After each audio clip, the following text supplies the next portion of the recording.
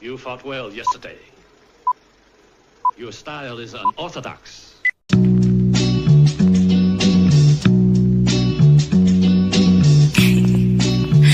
Scorpio.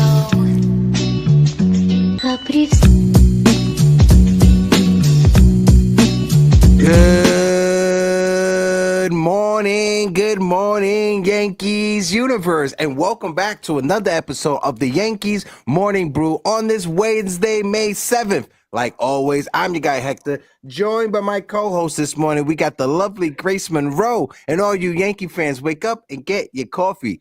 Grace, how you doing? I'm good, Hector. I'm here for you. I love you so much. Don't ever doubt how much I love you, because I got up at 7 a.m. this morning, Texas time, to put on my face, as we Southern women say, and so I was able to be here with y'all. But let me tell you, the chat and everybody else, I need my beauty sleep. I get cranky in the morning. Okay? But I'm here. I'm here for Hector. I'm here for the chat. I'm here for everybody. It's a great day in Yankees land. Mets lost, Red Sox lost, Orioles lost. Let's see who else. Astros lost, and the Yankees won. So we're doing good. How are you doing? I'm doing as best as I can, guys. If you guys didn't know, we didn't have a show yesterday because on Monday I had tooth pulled, right? So I'm favoring the right side of my face, which is on the left side of the screen. If I know my right from left, but I do apologize. I'm sorry that we got Grace Monroe woke up so early without her beauty sleep. Grace Monroe needs her beauty sleep. Throw the W's in the chat for Grace Monroe. I do. I need my beauty sleep. This is what I always tell people when they're like, "Don't you get enough sleep? That's a lot of sleep." And I'm like, "It's called beauty sleep. Ever heard of it?" But get your 8 hours if you can, y'all. It's very important for longevity, health, and mental acuity. So let's all try to get our 8 hours if we can. Unless you have to do Yankees Morning Brew in the morning. Yeah, make sure you guys hit that like button, hit that notification bell. When it comes to subscribers, right? Just want to let you guys know we are at 5,188 subscribers. We are literally 12 subscribers away from 5,200. Appreciate all of you guys for rocking out with us. Appreciate all the new subscribers. Let's shout out the chat before we continue. My guy JV is in the building. JV, how you doing, my guy? We got Jacob Petruzzi in the building. Nathaniel Crenshaw, how you doing?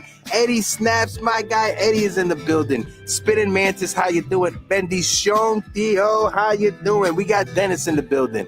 We got our good friend Jonathan in the building. And like Jacob Petruzzi said, folks, make sure you guys follow that Tiki Taki. I go live on the TikTok when I'm at the stadium. So before the games, when I'm at Citi Field at Yankee Stadium, I'm on live on the field from TikTok. Last week, I was able to get an interview with Taj Bradley, the starting pitcher, rookie, with the Tampa Bay Rays. So I got that. I'm working on the edit to show you guys. And I also was able to get an interview with Rajah Davis on the field. So I'm editing that, and that will be out as well. If you guys aren't following Latino Sports on all social media platforms, make sure you do. My good friend and my colleague, Joel, from Latino Sports, we had an interview with Jazz Chisholm. It's on our Instagram. It is a dope interview. Make sure you guys check it out. But Grace, what we talking about today, Grace? Because I ain't do no topics. I was working last night, working on my article for Latino Sports, so I do apologize. But the Yankees won. We beat the San Diego Padres. We came back in that seventh inning. One stat that I saw before that game, before that victory, after the seventh inning, when the Yankees are trailing in the game, we haven't won a game. We haven't come back. That seventh inning, we were able to come back for the first time to get that lead. And the Yankees bat showed up in that seventh inning. Grace, I'll kick it over to you. Go ahead. Just what we needed. I mean, we needed that so bad. The way we have been blowing not only leads late in the game, which is unheard of. If you have a lead, a substantial lead, a 3-run lead, a 4-run lead in the 8th inning, the assumption is that you're going to be able to get that win. And the Yankees have blown the 8th, 9th inning more than any other team in baseball this year. 5 times they've lost the lead in the 8th inning or later, which is the most in MLB. And that's a stat that was floating around Twitter and people were talking about. and we're all freaking out about it. Not only that, but we haven't shown the ability to be able to come back in late innings either. So those two things combined, we really needed this win this way. It was so like perfect medicine. Yeah, okay, I had to rep my Jason Dominguez. I had to rep my Jason Dominguez today because my boy is on TV. Jason Dominguez on base every single time he came up to bat last night. He's working walks. He's hitting from the left. He's hitting from the right. He's starting rallies. He's tying the game. My boy hit the game-tying run, and my boy hit the first start of the rally in the 7th inning. He had such an incredible day at the plate yesterday from both sides. I was so proud of him. I just hate how he's not getting as much run. The obstacles that have been placed in this guy's way for his rookie season are big, okay? Not getting regular playing time, being in a new position in left field, and then having to DH sometimes, losing your reps because of having too many outfielders, and the situation is what it is, okay? It's hard to say, well, you should be sitting Cody Bellinger, a former MVP, Rookie of the Year, World Series champion for a rookie, right? I hate the narrative that, we are sitting Jason because of Trent Grisham. No, you're not. No, you're not. Trent Grisham plays center field. There's no reason why Jason Dominguez has to sit when Trent Grisham plays. They can both play at the same time. You're sitting him for Cody Bellinger, okay? And Cody's bat has needed to come on with it, okay? But regardless of that, it's really hard on a young player to get in a rhythm, not only from one side of the plate, but from two sides of the plate without regular reps, okay? And he's doing it. He's doing it in spite of the obstacles and the odds stacked against him. He is coming up clutch. This guy is special. Love him. Love the Martian. Had to wear my Martian ears. Hey, Grace, I gotta throw the Taco Bell and the gunshots for Grace Monroe. Shout out to our good friend Erica from That's Baseball. Erica, let me know if you're free. I'll throw you the link so you could join us. But everything that you said, Grace, was spot on and on the money, right? There's a phrase or there's a saying that I don't know if it's a Southern saying, so you can help me out, Grace, but it's a saying that goes around that says pressure makes diamonds. And when it comes to Jason Dominguez, as frustrated as Yankee fans as we can be when it comes to, yes, we want to see the Martian out there every day. Throw some W's in the chat for the Martian. Throw the UFO emoji in the chat for Jason Dominguez, right? We want to see the Martian in the lineup every day. We want to see Jason Dominguez there every day. I understand the politics that go around it. You know, when you have Trent Grisham hitting the way he was hitting to start the season, I get it. Cody Bellinger, you import Cody Bellinger, make it $25, $26 million. So even if he struggles, you're going to play him because you're going to want him to learn it. When it comes to Jason Dominguez, we got the Martian emojis in the chat. When it comes to Jason Dominguez, right? And shout out to my guy, Chris the Flash. Chris, how you doing, my brother? I hope all is well. I missed my guy, Chris the Flash. It's been a minute since we was able to chat it up. Chris, how you doing? Erica, I got you right now. So as frustrating as it is, I understand the politics behind it when it comes to playing the hot hand and Trent Grisham, wanting Cody Bellinger out there because we need the veteran to get his reps. He got that money. He got that contract. I get that. I understand it. Every obstacle, like you said, Grace, that has been tossed in front of Jason Dominguez, he has handled it as a professional. He has handled it as, quote unquote, a Yankee should handle it. And this is what I want to see from my rookie. When the obstacles are tossed in front of him, when the BS, when the propaganda is tossed in front of him, he pushed it all to the side. He quiets the noise. As they say, he has horse blinders on. He focuses on the task. And ever since this middle of April, Jason Dominguez is a 300 hitter. He struggled to start the season the first 2 weeks. You remove those first 2 weeks of the season, Jason Dominguez is literally at the 300 mark right now. He's hitting 238 on the season. I know he can't do the magic and just remove time. I get that. I understand that. But if you remove his struggles from the beginning of the season, Jason Dominguez right now will be a 300 hitter. Just like if you take Devin Williams from the Yankees, we would have 25 wins. But that's the conversation for another day. But when it comes to the Martian, I like what I'm seeing. I like the progression of him. And I know a lot of people give Boone and the Yankees some knock when it comes to how they handle Jason Dominguez.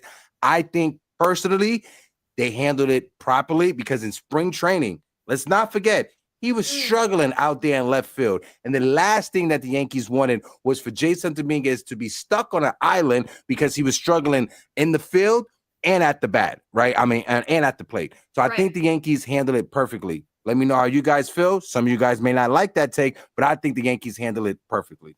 Yeah, it's hard to get everybody reps when you've got a lot of outfielders with a hot bat, and you've got Gold Glovers, and you got MVPs, and you want to spread the love around, and I get that, and that's why I said I'm not necessarily up here to condemn Aaron Boone for his lineups necessarily. I'm just saying it is what it is. The situation is what it is.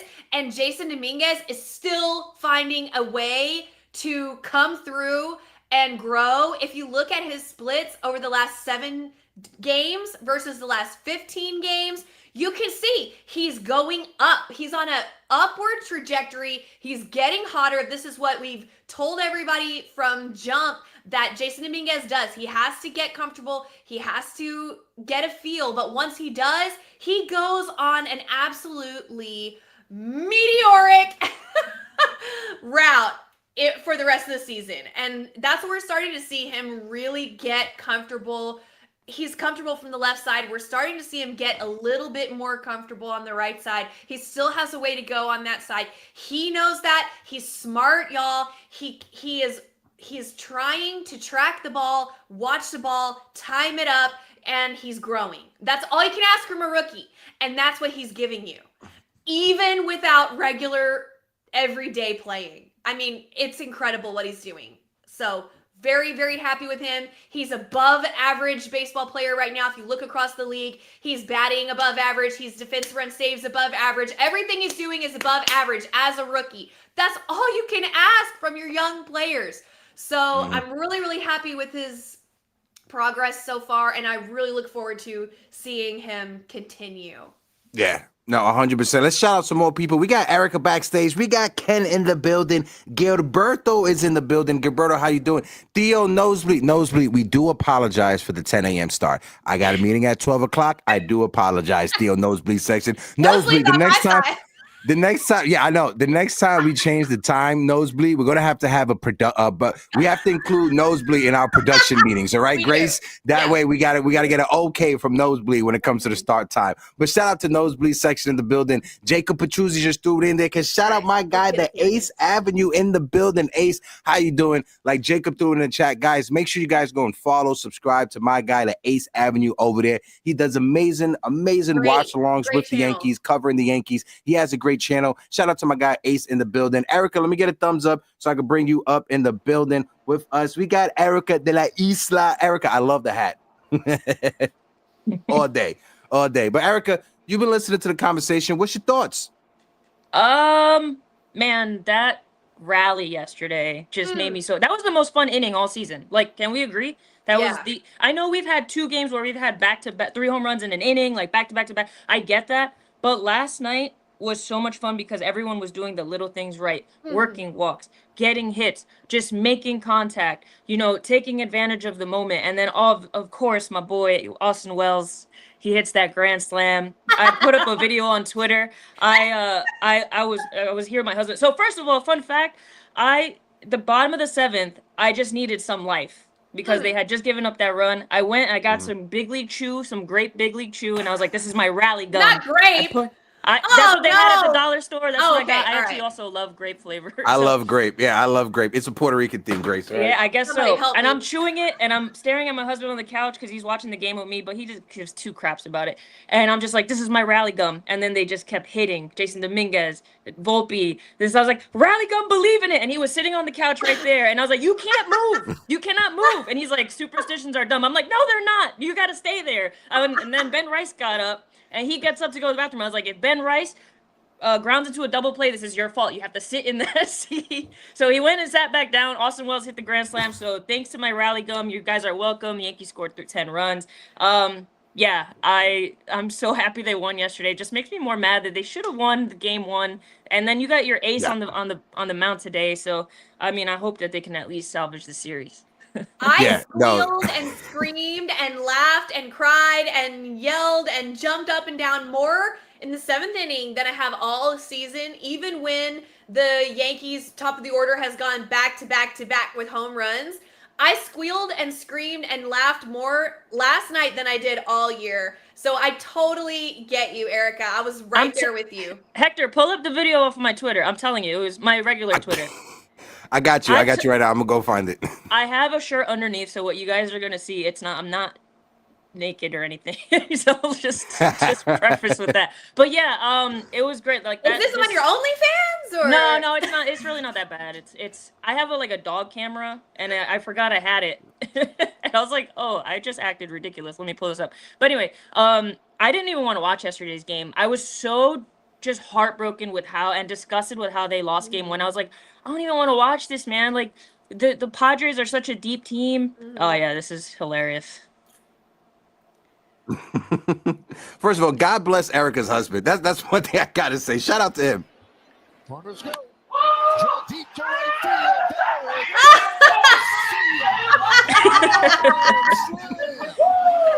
field. So my poor neighbors, but yeah, I'm just obviously that was my World Series last night. Yeah, I was just gonna say, yeah, we're on the same vibe. I was like, you're acting like it's the postseason. We love it. It was such a bad loss, and then a bad, rough stretch of games against bad teams, really divisional rivals. I just feel like we needed that like so badly. No, that's awesome. That's awesome. I didn't see it. I wasn't doom scrolling scrolling on Twitter this morning. But no, Erica, you are hilarious. Those you need to make a series of those shits. I swear to God. I always forget that it's there. I was doing every batting stance during the 7th inning, like everything. I just had to break the bad juju. I want to ask you guys though, right? That 7th inning, right? Great 7th inning. When was the last time? Remove Aaron Judge from the equation. It started off with Jason Dominguez. It's Austin Wells. Jason Dominguez, Anthony Volpe, Austin Wells. That part of the lineup, we've questioned it. And we said if this part of the lineup can produce, it makes it a lot easier for Aaron Judge and Paul Goldschmidt and the rest of the guys at the top of the lineup to come through. Seeing those three homegrown Yankees, when was the last time you saw that quality of at-bats from that part of the lineup? I don't remember. Yeah, I mean, that doesn't mean it didn't happen. I don't remember it. I don't think it has happened. That's what I bring it up with when it comes to Jason Dominguez this year as well. I think that was the first time, if not the second time, he got a hit from both sides of the plate. I don't remember another time this season that Jason Dominguez got a hit from both sides of the plate. I thought he did one other time, but I'm not 100% sure if he got a hit from the left that day. But I think he did one other time. He hasn't had very many hits from the right side, so it should be easy to look it up. But I wanted to bring up something Erica mentioned, like in passing, but I think it's really important. And I wrote this down and I highlighted it because I thought it was a huge at bat in the rally. Okay, so Jason hits the leadoff. I wrote double. Technically, they said it was a single with an advance on an error, throwing error by Tatis, but I wrote double, whatever. Then Volpe singles. Wells has an RBI single. And then what happens? The bases are juiced. And who comes up to the plate? Trent Grisham. And what does he do? This man works a walk. He walked in a run. But more importantly, what I want to bring up about this is I remember when Trent first came over and we would pinch hit him or we used him sparingly, right? Everybody was bitching about his over-aggressive at-bats. Remember this? How he was whiffing and swinging at everything, and he would always swing at the first pitch no matter what. Remember, that's what everybody was. That was the narrative around Trent Grisham. The fact that he worked a walk with the bases loaded during a rally was so indicative of his team-oriented approach now. I thought it was such a big moment and great to see. What do you guys think? I just want to say shout out to the family from Mama D's Empanada. I'm not sure if this is Steven or if this is Mama D in the chat, but shout out to the family from Mama D's Empanada. June 21st, mark it on your calendar. It's going to be a block party. It's going to be un película at Mama D's Empanada. They're going to have Oswaldo there, and Steven, the owner, has been messaging me, telling me about all the festivities that they're going to have. And like I said, when I tell you it's going to be a block party, it's going to be a block party, and it's going to be a movie. Shout out to Theo Steven. Shout out to Titi Mama D as well. Shout out to the good people over there at Mama D's Empanada. Sorry about that, Erica. Go ahead. No, it's okay. My dog's barking anyway. But to Grace's point, so I don't really recall about Trent's at bats, like what they were like. I really don't remember because he had so little of them, I feel like.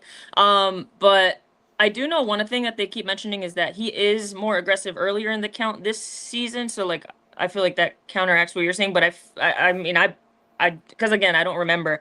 But yeah, it was just he's making it really hard to leave him out of the lineup. I mean, it's crazy what he's doing. But yeah, it was. I mean, again, I don't really recall the at bats last year. I feel like I just remember the PTSD of Alex Verdugo and him grounding to first base so much. So like that's all I can remember. So I apologize. Yeah, and then with Alex Verdugo, we didn't talk about it, but when Alex Verdugo made his debut for the Atlanta Braves, I think he went like 4 for 4 or 5 for 5 or some shit like that. And Brave fans were like, "Oh my God, this is amazing!" I'm like, temper it down. Because he looked good for us that first month we had him. Everybody kept saying, "Oh my God, we have to extend Alex Verdugo, Spencer Jones, who?" Relax, okay? Because Alex Verdugo was good for the first month and then he disappeared. Shout out to my guy JV in the building who says, "Great news. Now I need 25 empanadas." So I'm telling you, when you go there, you're gonna need 50 empanadas. My guy Big NYC with the $5 super chat. What's going on from Bordy? Jason got on base 3 times, and yet Boone will find a way to bench him. The kid needs reps to continue his development. Listen, I do believe that Jason Dominguez will be in the lineup today. All right, I think all that stuff from Aaron Boone, I get it. I do understand it. For me, when it comes to Trent Grisham, like you said, Grace, professional at bat to work that walk, to drive it and run. Yeah. It's very situational. Understanding that when Wandy Peralta came in there, understanding that Wandy Peralta, former Yankee, Yankees have the scouting report on Wandy Peralta. Matt Blake understands Wandy's changeup, so he's telling these batters what to look for, and that's kind of what it felt like. Every batter was laying off his changeup, was not going out of the strike zone, and Wandy Peralta struggled yesterday in his return back to the Bronx, right? I just wanted to point that out, and it started with Trent Grisham. He brought him in lefty on left, and as soon as Trent Grisham got to 2-0, I was like, oh yeah. I was like, oh, the Yankees they know what's coming. They're laying off of his changeup. They're not swinging. They're just spitting on it. And you saw it. It went from Trent Grisham and it filled all the way down. Ben Rice had that big hit. Shout out to Ben Rice who came through and went off to Aaron Judge. They walked Aaron Judge. Cody Bellinger had a hit as well. Anthony Volpe, again, another hit in that inning. So it was a team effort from everyone. And to see Anthony Volpe get 2 hits in that inning and RBI as well. When you look at the torpedo bats, this is one thing I wanted to point out. And I know I'm on a tangent right now, but we're talking about that same inning. When they talk about the torpedo bats, last year, Anthony Volpe's barrel rate was less than 3%. This year, with the torpedo bat, his barrel rate is up to 22 to 25%. Oh my God. That's a huge jump. Huge jump. Wow. Yeah. That should be their advertisement. I mean, as long as he catches up to fastballs, right? Then I guess it'll matter. Yeah. There was that week where he couldn't catch up to fastballs, but he made that boneheaded mistake yesterday, and I was like, oh my, what's going on with this kid? Like it's like you start to succeed offensively and defensively, you like take a step back. Yeah, he's like, yo, guys, I figured out how to hit. Now I'm not gonna fill the baseball, because that's the one thing we talked about, Erica. If as long as he could be play his Gold Glove elite defense, we could live with him trying to figure it out at the plate. But like you said, he figured it out at the plate, and his Gold Glove defense just went into the wasteland. Y'all, my husband has been on Anthony Volpe's defense all year, and I am like fighting the good fight out here. And last night he was like, "What's going on?" And I go, "He's sore. He's injured. He's playing hurt. You leave him alone. You leave him alone." Like, I'm like defending them, but it's funny. I mean, Peraza had a tough night. Ugh. He's been having some tough Yeah. plays in the field, and it's been crazy. And again, my husband, "I thought you said he was good on defense," and I'm like, "He is." I don't know. No, we thought so too. No, he is. But he's I don't want to use the euphemism dropping the ball because it's a little on the nose, but he's just dropping the ball right now. The pressure, he wants to do well so badly that I think he puts too much on himself. And it's not regular reps. You know, when he gets a chance, he gets in there and he's like, "This is my one chance." I mean, I think that's how he feels. Former #1 prospect at one time in the Yankees system, wouldn't trade him for Luis Castillo, was slated to become the new shortstop. Then all of a sudden, hey, you got to go out and earn your spot. And then what happened? We watched that spring training. He couldn't, it was too much pressure. He didn't come through. Then what happened after that? His future was so unknown after that. He doesn't know what's going on. Are they going to trade me? Are they not going to trade me? He played really well in the minor league system, and yet there was no talk of bringing him up. He was blocked by Anthony Volpe, then he was blocked by Gleyber Torres, then he was blocked by Jazz Chisholm Jr., then he was blocked. I mean, he doesn't have any confidence from his front office, from his manager, from anybody else that says, "You know what? We believe in you. We're going to put you here because you're great at baseball and you're going to come play for the Yankees. You're going to help us win." Nobody's ever said that to this kid, I'm pretty sure, in a while. His future is unknown. He's got no options left. He's got that pressure on him as well. I think it's all just surmounting to him making these errors that we've never seen him make before in the field like this. It's terrible, and it's the worst timing ever. We all want you to come through, Oswald. We all want you to come through. Please. Oh, no, I hate this for him. It's breaking my heart. I personally think he's done. Like, yeah, I'm right there. This is it. I think it froze, but yeah, I think he's done. He's gotten the opportunity. I understand that it's been inconsistent, but this year he could have went out and proved it, and he's just making these mistakes. And I get it's pressure or whatever, but maybe he just needs a fresh start somewhere else, and he'll go find success somewhere else. It's not going to be here. I mean, you watch Jorbit Vivas; he plays with so much swag. I love seeing him second base. I'd rather see him at second base. And Peraza it was a routine ground ball in the ninth to end the game, and he bobbled the ball, and it's the fifth time that I've probably seen him make some an error like that. Yeah, I don't know. I think he's done. I think DJ comes back and Jazz comes back. So Pablo Reyes will be the first one to go, and then it would be Peraza just because they will probably want to keep the righty. Yeah, I don't know. I think we're sad. What do you guys think happened with Jorbit Vivas? Do you think the Yankees send him back down? Because Jorbit Vivas and his small sample size has looked amazing in his small little sample size. I love what he brings. I want to see more. I'm not ready to say, I want to give him the second base job until Jazz gets back, but I'm interested and I want to see more. I don't want to see Pablo Reyes anymore. I'm dead serious. I don't want to see his face again. It's pointless. You know what's crazy? When I'm at the stadium and I see him and I'm like, "Hey, Pablo, how you doing?" The back of my mind, all I hear is grace. I don't want to see Pablo Reyes anymore. Well, every time I see Pablo Reyes and he's so nice. Like, "Hey, how you doing? Hey, mi hermano, ¿cómo tú estás?" Look, I'm sure he's a nice guy, but it's a waste of time to give him reps. Give it to a young player who has potential to grow into something that can contribute to the team long term, not a 31-year-old journeyman who is who he is, and that's fine. That's whatever. No offense to him, but he's not going to help the Yankees long term. These reps should go to someone young who can grow and use these reps to improve.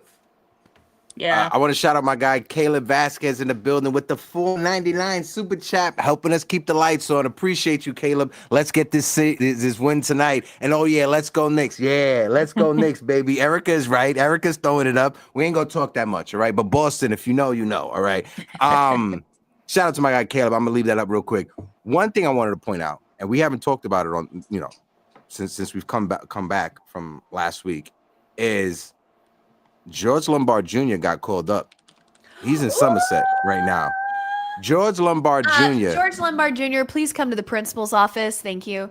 George Lombard Jr. as a 19-year-old in 24 games with the Hudson Valley Renegades, with the New York Yankees in high A ball, he hit .329.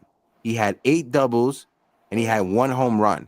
He struck out in 82 at bats only 22 times. He stole 11 bases, and he got called up over the weekend, and he's now with the Somerset Patriots. If you guys are in New Jersey, if you guys are close by Somerset, make sure you guys go and check out the Somerset Patriots, because we don't know how George Lombard is going to be in Somerset before he get called up to AAA. 19 years old.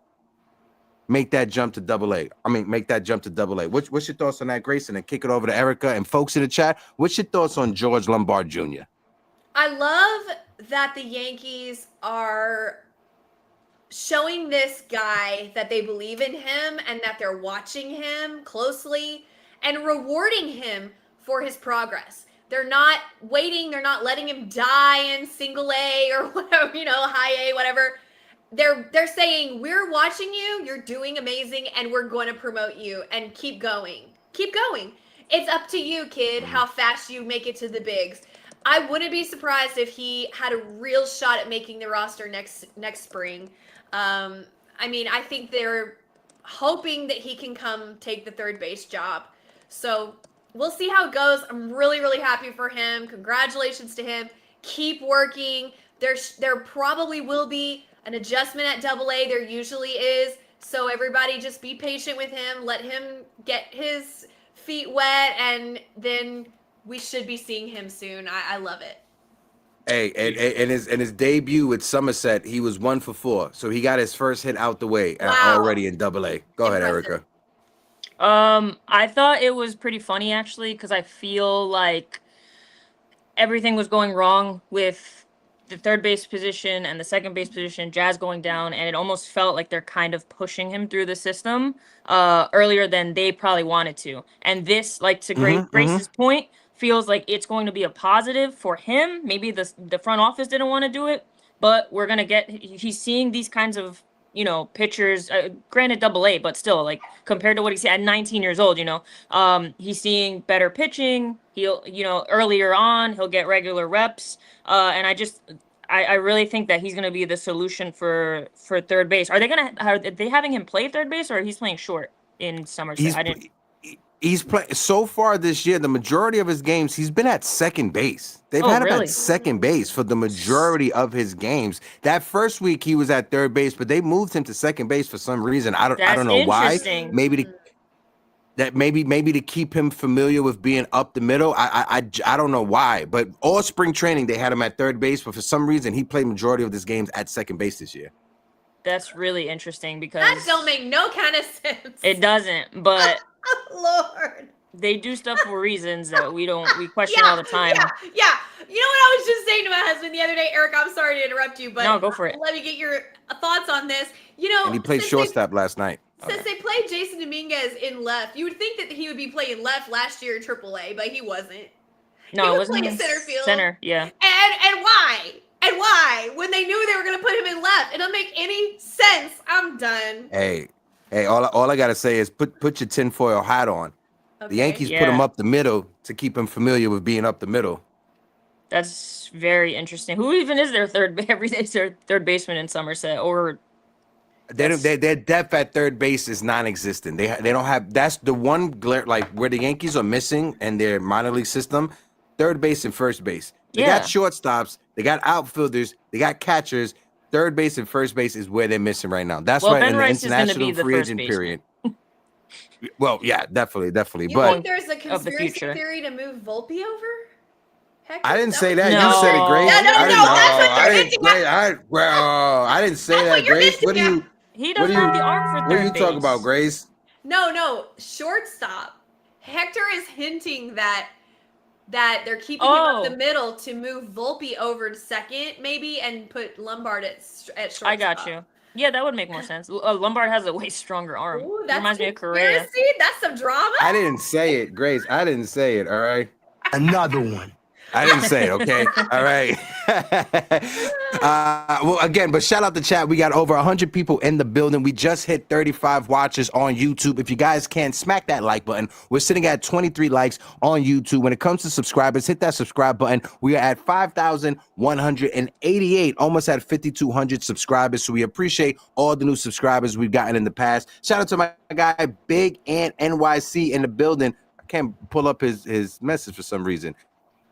It came up. It's up. Lombard is shortstop. Volpe is going to move to second base. Lombard range is much better than Volpe. Shout out to my guy Big Ant NYC. There's something else that I wanted to play for you guys real quick. Let me get this down. So shout out to my guy Joel from Latino Sports. I'm not the only person that works for Latino Sports. We got a bunch of people that work. Last week, Joel and I was at Yankee Stadium, and Joel got a nice interview with Jazz Chisholm. So I'm going to play it real quick, and we'll be right back. I'm gonna throw at you Goku. 4. Minato from Naruto. 3. At 3? Yeah, you can't go wrong with the yellow flash, man. Nah. That guy's a beast. Luffy. 1. Number 1? Yeah. Yeah, obviously, we gotta talk about that collab. That's pretty fire. We gotta see what went into that. We also have Zoro from One Piece. 2. All right, and lastly, the GOAT, Vegeta.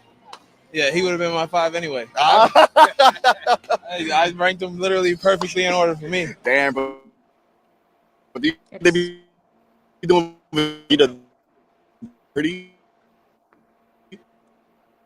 I mean, Vegeta's like so like he's not the best. You feel me? I think someday he'll surpass Goku, but that's just me. Yeah, just like Zoro be surprising Luffy. No, exactly. I think Zoro could deadass like beat Luffy's ass if he wanted to. I mean, if he wanted to. Yeah, if he wanted to, but he had could that be respect close. for him. Exactly. So shout out to Jazz Chisholm. Shout out to my guy Joel. Grace is like, what the fuck are they talking about? I have no idea. I have no idea what just happened. I was on that show and I have no idea what just happened. Yeah, I've been holding it in like a fart. My co-host Grace Monroe was a voice actor for One Piece, and I've been holding it in like a fart. Yes, my co-host Grace is so cool. Fuck that. I'm fuck that. Let's give Grace her flowers. She is a voice actress. She is phenomenal. Erica, we were talking about it, and casually she sends me a text message. Yeah, I was on these shows, and this is my IMDb. I was like, are you fucking kidding me? Oh, see, That's cool. I don't know. I just did, y'all. I don't watch anime. I did it for money. I got to be honest. I had no idea that it was a big deal when I did it, and I told Heck. Yeah, it was just this place called Funimation. I don't know. And he was like, Funimation is this huge one. And I'm like, idiot. I don't know. I mean, I don't get it. But cool. I told Hector, if I ever meet Jazz, like, maybe he'll want to meet me. Like, maybe he'll, you know what I'm saying? Like, not really. Y'all, I don't know what else to say. But yeah, I never watched any anime. I don't get it. That's but cool. It's cool for y'all.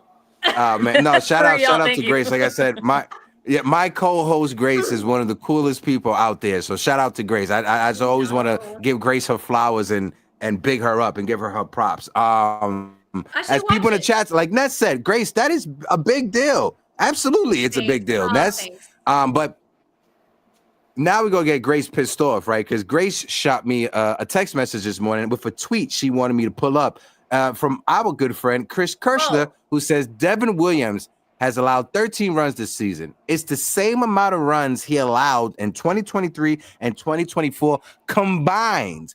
13 runs is tied for the second most runs he allowed in a season in his career. Grace Monroe, the floor is yours. Go to town. I wanted Hector to bring this up because this is why. I want to have people, please, stop the narrative of, oh, Devin Williams is always a slow starter. This is just par for the course. He's always like this in April and May, guys. So why is everybody freaking out? No, He's not always like this in April, May. He's not always like this. 13 runs he's given up is 2 years of his career combined. Okay? That is not how his April and May always is. That's why I wanted Hector to bring this up, okay? Now, am I saying, like, the sky is falling and blah, blah, blah? I mean, I'm mid on that. I'm mid on that. But stop saying that this is normal and that this is that and that we're overreacting. Okay? Because we're not overreacting. This trend is crazy. It's only May, whatever, 6th, 7th, and he's already given up as many runs as he did 2 years combined. And yeah, he gave up 13 runs in 2021, but that was for the entire season. He's only made, I think, 5 or 6 appearances, okay? And he's already given up that many runs. So it's not normal. This is not his normal way, okay? So let's stop that narrative right now. First of all. Second of all, this is my conspiracy that I thought of this morning. Because people are on the internet are talking, we need to trade Devin Williams. We should trade him, blah, blah, blah. But you know what I thought this morning? I wouldn't be surprised if Devin Williams asked for a trade at this point. Because seeing where he's being used at the bullpen and how he failed last time, he's going to have to kind of start over again, building confidence with Aaron Boone before he puts him back in maybe the setup role or definitely the closer role. It's not looking good. This is his free agency year. He's going to want to get that money. He's going to want to have his best chance. I think he doesn't like it in New York. Although I did see him starting to bond with the team. I was getting some hope there. Homecoming dinner, I saw him kind of yucking it up with the guys. He really bonded with CeCe. I think CeCe probably talked to him. Love CeCe. Gosh, I just love that man. And I think he was starting to buy in, but then he had a really bad outing, right? He had a really, really bad outing the other day. Everybody, he got booed off the mound yet again. New York is on fire. They want him gone, right? So I wouldn't be surprised if he, behind closed doors, approached some people and said, hey, what do you think about letting me go somewhere else? This is my important free agency year. I gotta make a statement. And I don't think it's going to work out here. I don't have time to be messing around. Maybe. That's my conspiracy. What do you think? Do you think there's a chance he could ask for a trade? Yeah. Go ahead. You can go first. I've seen enough. He's not built for here. It's just, it doesn't look good. You're coming into 4-run lead, 3-run leads. Mm-hmm. He has to be immaculate the rest of the season. Mm-hmm. In order for me to maybe believe, but even still, if he comes up in a situation in the playoffs and he craps the bed like he did against the Mets because Pete Alonso broke him, we're going to go back and say the signs were there back in March and April where there were meaningless games. You know what I mean? We don't need him. Jonathan Lasagna's coming back. If he's a setup, Jonathan Loaizaga is going to be the setup guy because he's shown success there. He was one of the best relief pitchers. It's been a while now. It's what, 2022? When was that? But anyway, so Devin Williams has no fit here. You want it to work, but he's not valuable to us if he's not the closer because Luke Weaver is your closer. I've said it in the chat. They would be 25-11 without Devin Williams. That's crazy. 14 games over 500 rather than 4 or 5, whatever they are. So Joe's McFly said it. He has been a subtraction by addition. I've seen enough, honestly. And even if he does turn it around, again, it'll be like Clay Holmes all over again. Because Clay Holmes would have a bad stretch, and then he would have a really good stretch of games, and we'd be like, see, this is why he should be our closer. And then he has a bad moment in the playoffs, and you're like, well, it happened in the regular season. Why are we surprised? So I would love if he asked for a trade. Because if you could leverage his past statistics and be like, hey, you guys could really use an actual closer. A lot of teams don't have those. And get either a third baseman or another starting pitcher that can eat up innings. Like, I'd rather that because once Loaizaga comes back, there is nothing here for Devin Williams. That's just how I see it. Heck, even if he goes to a non-contending team and just puts up a solid rest of this season, then the New York stint will look like a blip. He will have all these solid numbers from Milwaukee. He'll have a blip in New York. And then he'll have a solid, solid rest of this year. And then he can go into his free agency from a position of power as a strong, reliable closer, reliever, whatever. And then he can market himself thus. Right now, his market, I'd be freaking out if I was him. I would say I see the argument, right, from both sides, from both Grace and Erica. I agree with you guys when it comes to Devin Williams. His time in New York with the Yankees, it's not been something to write home about, right? It's not a career year with the New York Yankees. I get that. But when you look at Devin Williams, and if we were to trade him to a non-contender, you're not getting anything back. Like, are we okay with not getting anything back in return for Devin Williams? Because the way that he has pitched this year, you're lucky if you're able to get a Clayton Beater type of prospect when the Yankees traded Joey Gallo to the Los Angeles Dodgers, right? So if the Yankees get nothing in return for Devin Williams, that may be a reality. I think for the Yankees, they're trying to weigh out, get nothing back in return for Devin Williams, or we try to fix this guy who was one time an all-star closer, considered the best closer in Major League Baseball. And if you're the New York Yankees, you may want to weigh that out. And if you're another team that see Devin Williams struggling, if you're a non-contending team, you're not going to bring in Devin Williams and pay the rest of his contract for the rest of the season. That's first and foremost. So if the Yankees are trading him, you're going to have to eat that contract for the rest of the year. You have to be okay with not getting anything back in return. And if you're the New York Yankees and you're weighing out the pros and cons, it may be more of a pro to keep him. If you're going to have to pay his contract to another team, if you're not going to get anything back in return, you might as well try to keep him for the next couple of months, try to work it out, try to fix it out. Because I agree with you, Erica. When Jonathan Loáisiga comes back, he can easily be that setup guy, right? But how much dangerous will it make the Yankees bullpen if Devin Williams is able to figure out whatever is going on with Devin Williams? He can figure out his mess, and you have Jonathan Loáisiga for the 6th or 7th inning. It's ideal, but the thing is that most games that he comes into, they end up losing, and these wins are valuable in the AL East. That is going to be this cutthroat all season because there's no clear if the Yankees were 25-11 right now, we would run away with the AL East basically already, because we're still 2 games up and we're only 2.5 games up and we're 4 games over 500.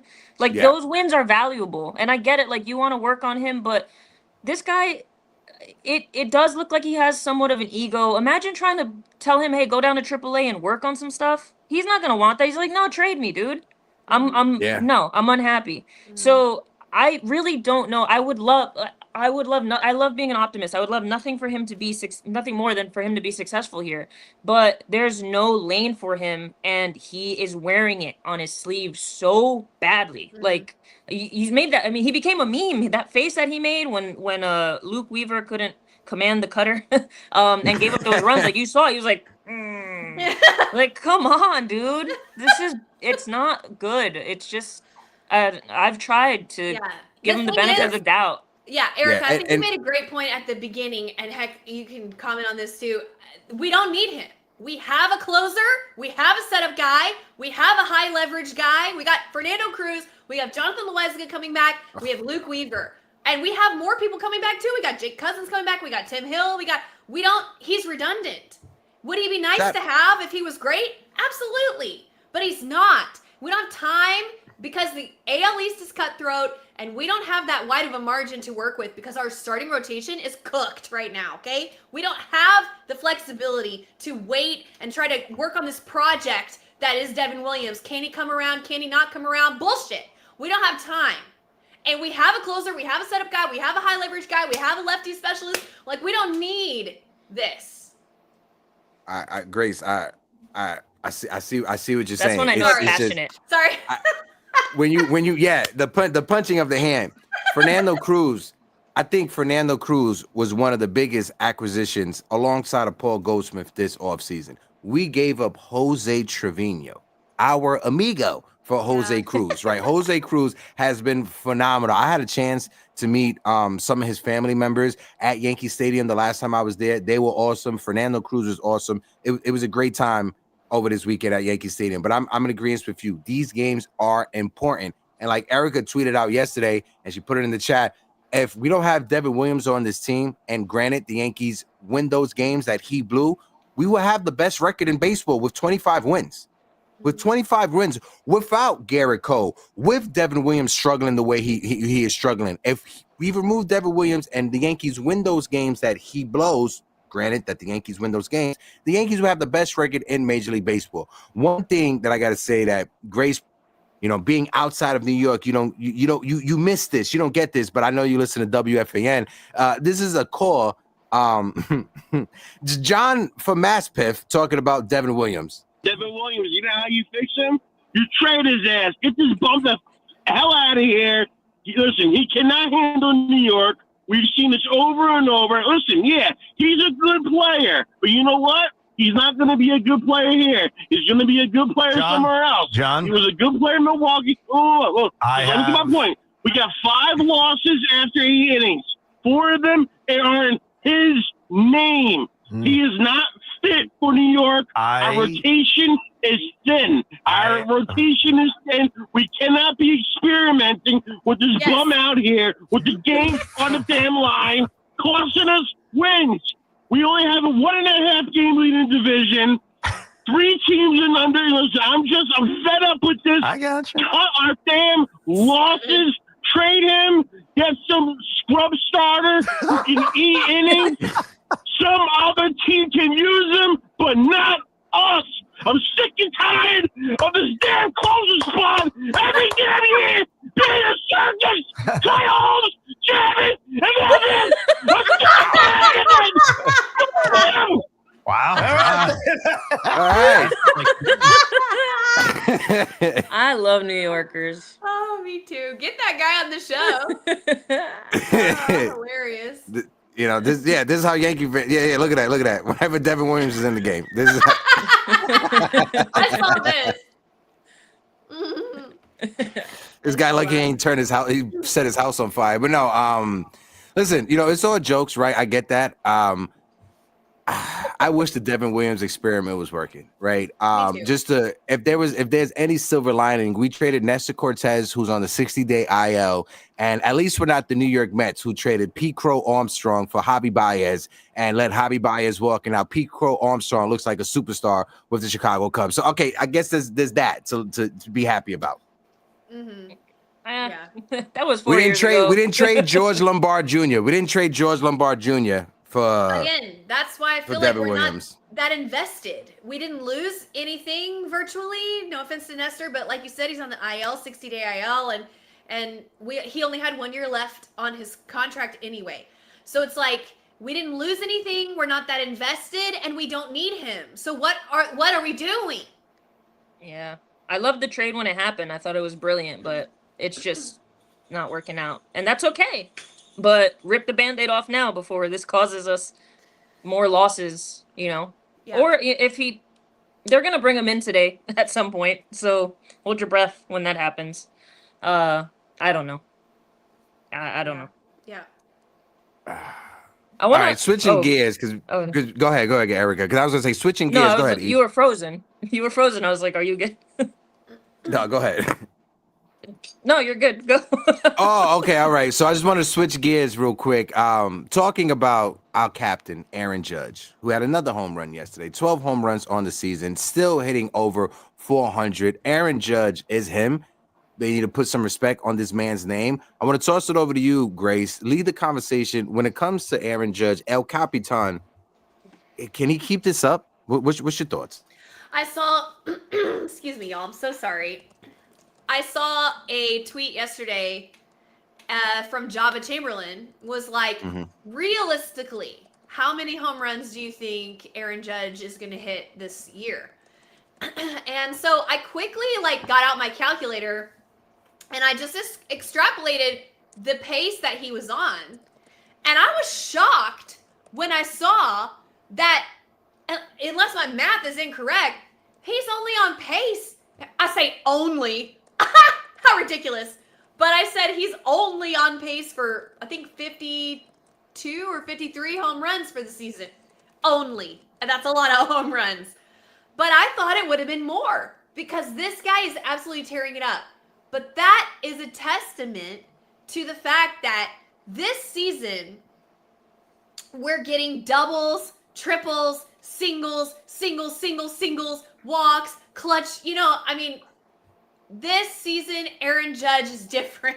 And it's crazy to even say that, but it's not home run or nothing. Not that he was ever home run or nothing. That's a little bit exaggerative, but I'm saying he is doing it all. He's doing it all. You know what I really, really want, guys? What I really, really want for Aaron Judge this year?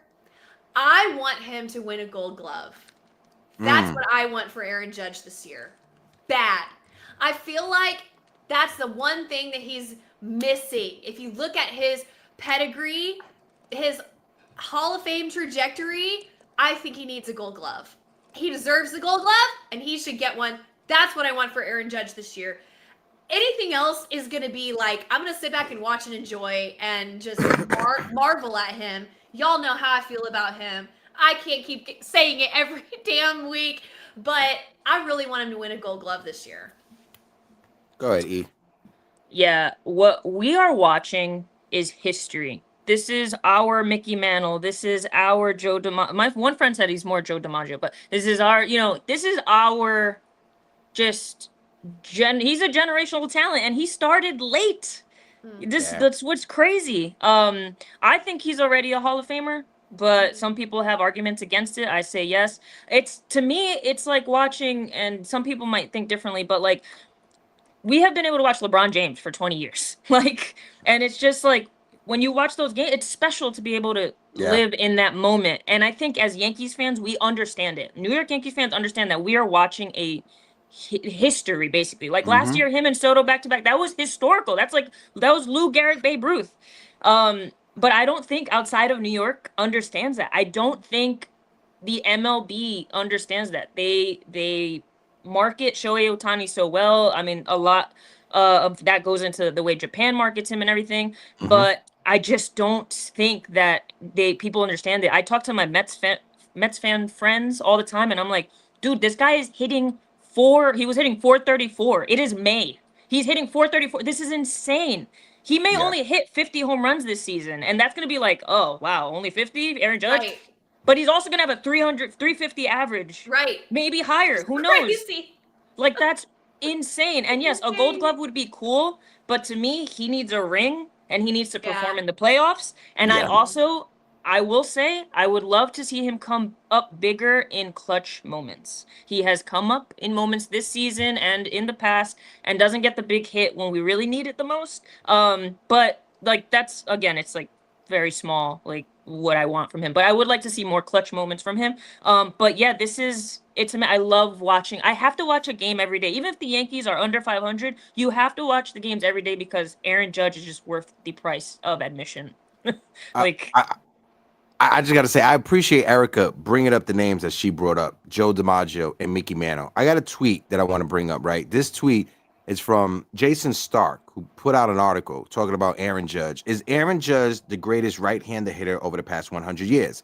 He has a 207 WRC+. I'm going to say that again.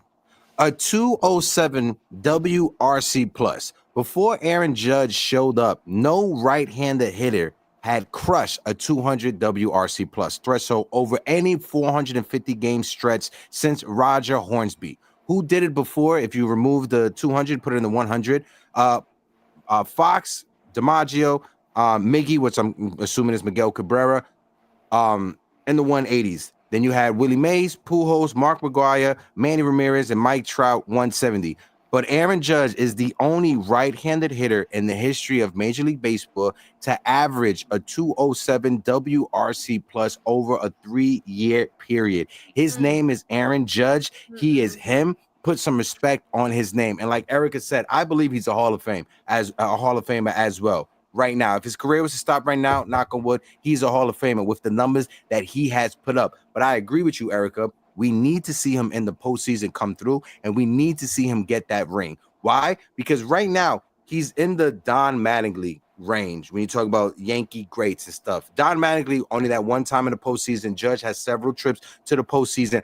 At one time, for a 5-year stretch, Don Mattingly was considered the best hitter and best player in Major League Baseball when you add his defense and when you add his offensive production. And that is what we're getting from Aaron Judge. There's no argument. In this span, 3, 4, 5 years, whatever you want to say, Aaron Judge is the best player and best hitter in Major League Baseball. But he needs to come through in the postseason. He needs to get that championship so he could be put up there with the greats like Mickey Mantle, Derek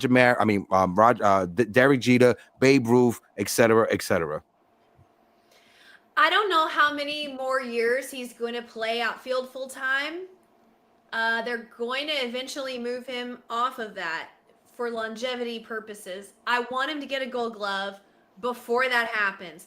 It's really hard to make an argument that he's the best player all around without having the defensive accolades that if you watch him play, he deserves them. So there's no question about that. But like Erica said, if you don't watch the Yankees every day and you say, oh, Aaron Judge is the best player all around. Well, how many Gold Gloves does he have? Well, none. You know, I mean, I want him to get that before he gets moved out of the outfield on the daily basis. Mm-hmm. World Series championship, showing up in the postseason, absolutely. That is something that will cement his place. He's got more chances to do that, though. I want it to be this year. I want to win this year, for sure. Trade everybody. Let's win this year. That's my philosophy. You know it, heck. But his chances to win a Gold Glove are dwindling, okay? So for me, Gold Glove is what I see. I did it. A Gold Glove is what I really want for him. I really, really want that for him. I just got to let you know he is past. He is past this week. He passed Barry Bonds in career OPS. Jeez. He passed Barry Bonds in career OPS this week. And he doesn't do steroids. And Barry Bonds has like 100 Gold Gloves. I was even trying to joke about dude is a freak. No, you're right. You're right. It's just the way you said it was such a dead face. I just had to laugh. Sorry. No, because Barry Bonds had 2 Hall of Fame careers. He had his post steroids and pre steroids or whatever. But yeah, man, it's crazy. I'm trying to look up the other right fielders in the AL just to see how he compares as far as defense goes. And the fact is that this is not an anomaly. Heck, like what you brought up, the stats that he's been doing this. This is average 207 WRC plus over the last 3 seasons.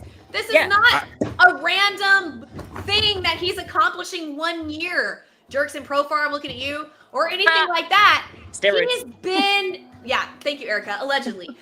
He's been doing this over and over and over. So, and the only times that he... Hector, something's going on. You're in a hurricane or... No. My desk is moving. I was looking for... earthquake. I have my post game notes from the Yankees game that I was at last time, the last Yankee game that I went to, home game. Earthquake at Heck's house. Facts, Jacob Petruzzi. Yeah. But I wanted to point it out to you guys. Aaron Judge in the first inning, Aaron Judge is hitting over 500. So stupid. Six of his 12 home runs came in the first inning. So Aaron Judge argument for batting him third. Aaron Judge has listen to this. Aaron Judge has gotten on base in every game except for one.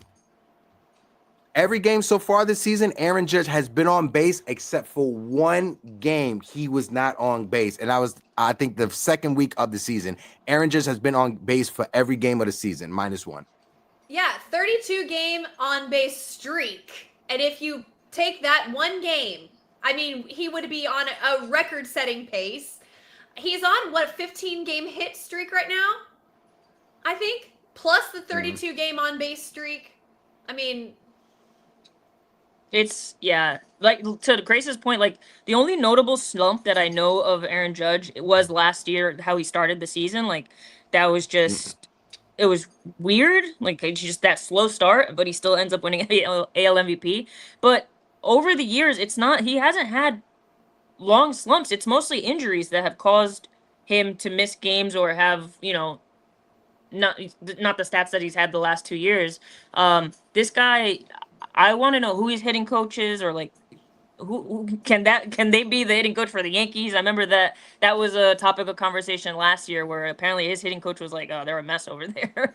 But I just he takes things personally, but he doesn't show it. I think he took the whole Soto situation, the offseason, personally. I think he took people talking smack about the way he started last season personally. I really do think that he's just a man on a mission. And again, I'm just so happy we get that he's a New York Yankee. I just really want to see him get a ring. He deserves it. in the first inning, Aaron Judge is hitting .512 in the this fifth? season. In the first inning, Aaron Judge is hitting .512 this season. His on-base percentage is .571 in the first inning. ESPN stats. This is a AI overview, so some whatever. But he's batting right now over 400. ESPN they project him to have a .414 batting average for the rest of the season. That's insane. I believe it. They were like, "Oh, are you worried about Aaron Judge? He hasn't hit a home run in 8 days." I'm like, "What are we talking about?" Well, he broke the two game streak yesterday. Yeah. He broke the 2-game streak yesterday. Imagine your slump being when you're hitting 400 and you just haven't hit a home run in 8 games. That's a slump. Look, girl dad Judge can't be stopped. Absolutely, Ace. 100%. Girl dad Judge can't be stopped. And the numbers that he is putting up, these are video game numbers, right? And like Erica said earlier, when talking about LeBron, our generation, my age group, Erica, Grace, our age group, we are blessed to say that not only are we watching Aaron Judge right now, we were able to watch LeBron James. We were able to watch Derek Jeter, Alex Rodriguez. That is what we've seen over the past 20 to 30 years. But to me, Aaron Judge, offensively, if you just look at the stats in the regular season, he has the better stats than A-Rod, better stats than Jeter, better stats than Bernie Williams. And so far this season, Aaron Judge is putting up the numbers, and you got to put some respect on his name. I call it going into spring training that Aaron Judge was going on his revenge tour because of what happened in the World Series, because of everything that happened in the offseason with the Dodger players going on different podcasts. And of course, it wasn't the stars of the Dodgers. It wasn't Shohei. It wasn't Mookie Betts. It wasn't Freddie Freeman. It was the random ninth man. Yeah, Joe Kelly and shit. It was giving it was giving group project energy, right? The kid that showed up on the last day of the group project and wanted the A. That's what Joe Kelly was giving me this offseason. But Aaron Judge, he silenced all the noise. He's focused, and you can see it on the field. Aaron Judge wants to put a claim that the whole back and forth, who's the king in New York between Jalen Brunson and Aaron Judge wants it to be him. Yeah, it's Aaron Judge. But if Jalen brings I just can't see them winning it. But if he brings a chip to New York might explode. So, like, it really might explode. Jalen put the team on his back and said, postseason, no problem. That's what Judge needs to do, right? Right. That's the only thing. And I'm not saying that if he doesn't do it, he won't be as great. But that would just put him over the top. I want that for him. He deserves that. He's got to do it. That's what he's got to do. Yeah, no, 100%. And I got to agree with Ness right here. He could win the Triple Crown, definitely has a chance. Major League Baseball doing a horrible job promoting him. He should already have Judge, Captain America, commercial T-shirts, action figures, et cetera, et cetera. No, I agree with you, Ness, 100%. But that's more on Aaron Judge in a positive way, not wanting to take away his focus from the season. Aaron Judge doesn't do commercials during the season. His commercials, they do it during the All-Star break. So I can say that's the only time during the season is during the All-Star break and before and after the season. Aaron Judge during the season, he has a policy of not doing any commercials or anything like that. That's why you don't see that many brand commercial deals from Aaron Judge like you saw in the past. In the past, we saw Subway commercials from like CC Sabathia, Derek Jeter, Alex, like all the time. Aaron Judge is not doing that because during the season, he is focused on the season and he is focused on winning baseball games, not shooting commercials for ads or sponsorships. I got a dope Aaron Judge T-shirt the other day. That's Captain America for the Team USA. I will wear it next show. And we'll have to drop the link because it is fire flames. So good. I gotta see it. Yeah, I almost wore it, but today I had to rep. Definitely got to see it. My boy, Jason Dominguez. But no, I just got to say, before we get up out of here, right? Max Fried is on the mound today for the New York Yankees. He has been our ace, like Erica pointed out. But we have to touch on Carlos Rodon. His last start, going 6 2/3, scoreless baseball. 4 straight starts with Carlos Rodon. 4 quality starts. We got to speak on Carlos Rodon and give him his flowers. Erica, what's your take on Los? I love it. No, I'm just, let's be happy as Yankee fans. I see on Twitter, every time this guy has gone out in the last 4 outings, has gone out and showed out, everyone's like, oh, I gotta give, you gotta give credit where credit's due. That was a good performance by Carlos Rodon. I don't know, man. I'm ready to trust in him. I think that he's figured it out. I think that even early on in the bad starts, it was just a couple of pitches because we know that he can leave a meatball of a fastball up there or something that just doesn't break enough. And it was, just 2 pitches in one game or whatever it is, or a walk the other game. But he looks locked in. I think the beard may be helping here. I don't know what's going on. But I am just, if the crappy part about it is, like, you see Max Fried, the way he's pitching. I mean, what a pickup, honestly. Just what a signing by Cashman. Credit where credit is due for him. But if we had Garrett Cole and our starting 3 were Cole, Fried, Rodon. That's insane. And we're going to see it next season, barring any injury, knock on wood. And yeah, I'm glad that he stepped it up. I'm glad that he is starting to get a little bit more respect. I understand why people were hesitant on trusting him, but you cannot deny 4 starts, especially the start that he had against the Padres. That lineup is deep. Granted, he didn't see, I don't think Gavin Sheets started against him, and I don't think Jackson Merrill, obviously he just came back yesterday, so it wasn't as deep, I guess, against Rodon. But yeah, that's a very impressive start. It's a shame that they wasted it, and I personally am ready to start believing in Rodon, and when he's on the bump, having the similar amount of confidence that I do when Max Fried is up there. Like, I genuinely am just very optimistic on today's outing and the Yankees being able to pull out the series. So when you look at Carlos Rodon, his last 4 starts, 25 2/3 innings, he has only allowed two runs.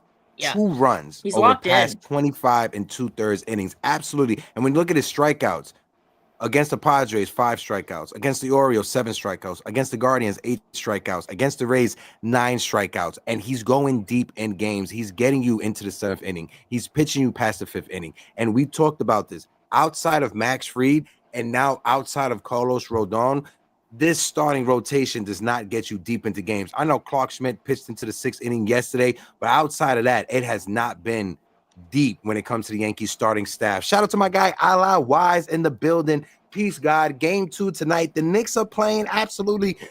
Shout out to my guy Ala. Go ahead, Grace. Yeah, we need him. We need this Carlos Rodon. I hope he's here to stay. He looks locked in right now and good because we gotta have him. We absolutely have to have this version of Carlos Rodon this year. And it sucks that he can't make any mistakes, because that's where we are as a starting rotation and as a team. But that is where we are, and he's been able to step up and give the team what they need. The last few starts, he's put them in a position to win every single time. And even with rain delays, and then he had to sit down. It was postponed, then it was playing, then that it was impressive. Delay, and then he came back out. Yeah. And he gives it his all. Nobody can say he doesn't give it his all. So yeah, I hope it continues. I'm not ready to claim him co-ace with Max Fried, but I'm happy and I hope it continues. I think it's fair to say the bushier or the hairier his beard has gotten, Oh my God. the better he has pitched. I'm sorry. That was No wrong. I coincidence. apologize. I'm sorry. The hairier his beard has gotten, the better he has pitched. Yo, I have a question now that I'm thinking about it. So you mentioned Clark Schmidt. And shout out to Clark Schmidt because he did not have the best start of a game, but damn did he finish really strong. How many Yeah, sorry. What are we talking? What is this conversation turning into? So he looked really good at the later in the game. And I think that he will figure it out. We'll start to see Clark Schmidt of last season, hopefully. Especially, like I said, he pitched against a very strong Padres lineup. So, you got to take that into consideration. You guys, Machado, Tatis, Arias has even had a hit all series. Like, it feels like he's gotten on base, but he hasn't via gotten a walk. hit. Yeah, he's got, and that's weird. He doesn't walk as much, but he's gotten on base both games via the walk, if I'm not mistaken. Of course, but my question is, him real careful. who are we just using Ryan Yarbrough as a start, like as a opener moving forward? Because he made his way into the starting rotation? Because we just DFA'd Carlos Carrasco. Will Warren is our 4 guy. Am I missing somebody? I think his name is Marcus. Oh shit. Oh, he's coming. Is he actually coming back? I don't know. Bro, we did. That's what it looks like. They did talk about him. Did they? I must have missed it. I was like, I thought Yarbrough just was gonna be an opener. Like that's what we were doing. Yeah, well, listen, I like what I've seen out of Ryan Yarbrough. Me too. Go ahead, Grace. I'm sorry. No, I was just chiming in. You go. I just don't think it's smart to have an opener. Granted, our 3 through 5 guys can't really go deep into games, but I don't know if it's smart to have an opener with a bullpen so depleted. But also too, Luis Hill he's already starting his rehab process, so he's going to be back sooner rather than later, right? So this can open it up for Marcus Stroman to come back, try to pitch for the Yankees over the next month, and until Luis Hill is ready. I don't know. There's rumors about the Yankees reaching out to the Marlins. Somebody put it in the chat about Sandy. I can't confirm that. I don't. Yeah, Sandy has looked horrible. His ERA, his first couple of starts was good. His fastball is still up there. I'm going to get his stats for you guys right now. Sandy, at the moment, he has a 8.42 ERA. His last start against the Dodgers was May 5th. A couple of days ago, he gave up 5 runs. The start before that was against the Dodgers as well. He only went 2 innings, giving up 7 runs. So over his past 7 innings pitched, 7 or 8 innings pitched, he's given up 12 runs. Is this his first Tommy John or second? His first. Okay. Well, I mean, you could get him on the low maybe, and then just have, stick him with Matt Blake and see what happens. Would he be better Maybe. than Shout out to Marcus John the Beagle Stroman? Dad. Yeah. You know what I'm saying? Yeah. I mean, depending on their asking price, right? I mean, we're not going to pay premium for that, but would he be better than Marcus Stroman? Would he be better than Will Warren? Would he be better than, you know what I mean? He has better stuff than Marcus Stroman. Yeah, I would say like absolutely. That's what it is. This is stuff. You could hit an 88 mile per hour fastball. It's not that easy to hit 100 miles per hour fastball that Sandy throws. Yeah, should be interesting. So but a lot of depressed. people I are miss going to try to Garrett go Cole. for him. And can I just say, you can like Max Fried and not have to dislike Garrett Cole. Like, you can give Max Fried his flowers without shitting on Garrett Cole. Can I just People say are doing that? Wait, who's shitting on Garrett Cole? Who should? Why? People are doing that? Yes! Everybody's Haters. like, oh, this is what we thought we were getting when we got Garrett Cole. There's my One Piece voice, by the way, y'all. There's my One Piece voice. I want y'all to know. I voiced a lot of little boys, but anyway. Yeah, I was going to say, are you playing a little boy? Yes! Ash Ketchum. You sound like Ash Ketchum. Yes, most of the little boys are voiced by women. But anyway, so yes. I lost my train of thought. But yeah, they're like, this is what we thought we were getting when we signed Max Fried. And or when we signed Garrett Cole. And Garrett Cole's never lived up to what Max Fried's already living up to. I'm like, y'all, you don't keep my boy's name out your mouth. Okay? Please. Haters. Anytime Grace does that voice now, I just see some little anime kid just on the screen yelling because he can't get his lollipop or anything like that. But no, yeah, I think that's Yankee fans being Yankee fans. I always like to say there are three type of Yankee fans, right? Yankee fans that go to the stadium, like myself and Erica, right? You know, the diehards that go to the stadium. You got the Yankee fans that just watch the Yankees from at home. They've never been to Yankee Stadium. And then you got the trolls that are on the internet that are just idiots that just like to say whatever they want to say.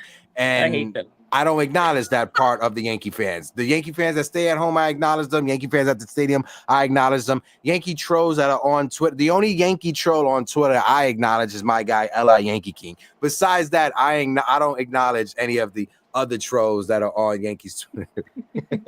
The one. Yeah, those trolls have made me leave Twitter before, or X, whatever you want to call it. I remember that, Erica. I remember I signed up for Twitter when you had left, and you were like, Grace, good luck. It's brutal. It's brutal. All right, last thing before we get out of here, right? We gave Carlos Rodon his. What's your expect? How many innings is Max Fried going? What's the strikeouts? What's the runs? What are we doing? Tonight, Max Fried, let me think. Tonight, Max Fried's going to go 6 1/3. 6 1/3. 7 strikeouts and 1 hit. And we're going to win the game. We're going to get to Dylan Cease. He doesn't have a prayer. Bullpen's tired. Their bullpen's tired. And we're going to win the game 4-1. Copy. What about you, Erica? 6 innings, 5 strikeouts, 2 earned runs. I think Tatis hits a home run today. He's due. I'm just waiting for him to hit one. Yankees, let's see. Score. I hate doing these things. It's like I feel like I just kind of pull things out of the air. Let's go 5-3 Yankees. Copy. I'm gonna say I'm right here with Theo Nosebleed and Ken. Max Fried, 7 innings, 8 Ks, 2 walks, 1 run.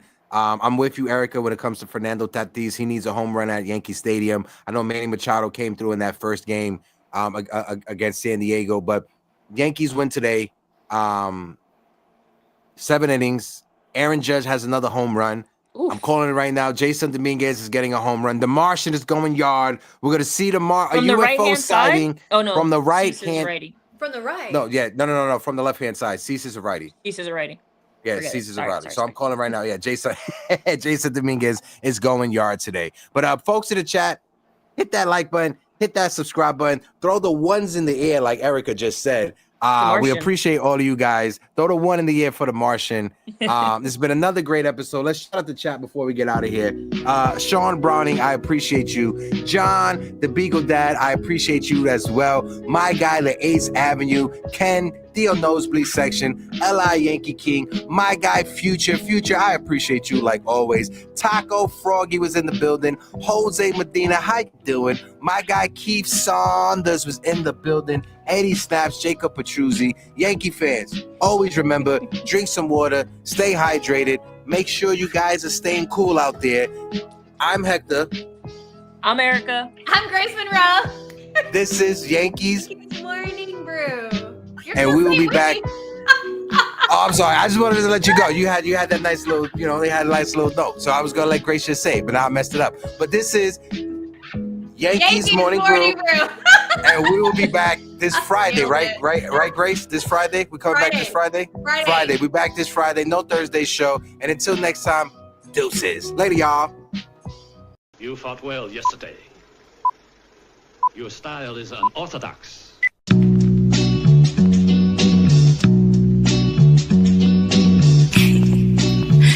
Scorpio.